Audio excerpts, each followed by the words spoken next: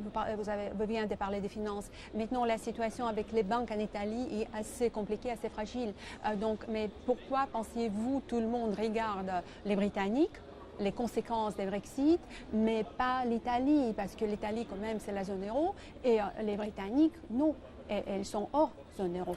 Oui, enfin, permettez-moi de vous dire d'ailleurs qu'il y a une vaste manipulation depuis le Brexit sur la situation dans les mois qui viennent de la Grande-Bretagne.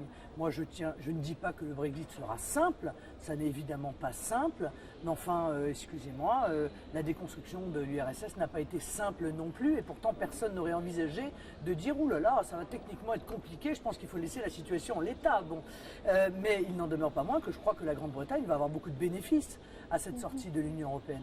Je veux dire, ils vont pouvoir décider pour eux-mêmes, ils vont pouvoir s'opposer aux OGM, alors que nous ne pouvons pas le faire dans l'Union européenne, elle nous l'impose.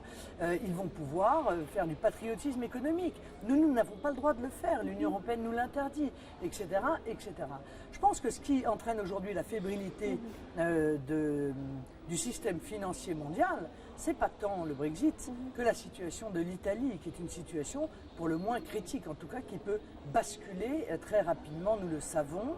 L'Italie va se voir imposer, en cas de défaillance bancaire, les règles de l'union bancaire contre lesquelles nous luttons de toutes nos forces, car elles visent à chypriotiser en réalité les différents peuples de l'Union européenne. Ça veut dire qu'en cas de défaillance bancaire, ce sont les déposants qui devront payer pour la défaillance de la banque.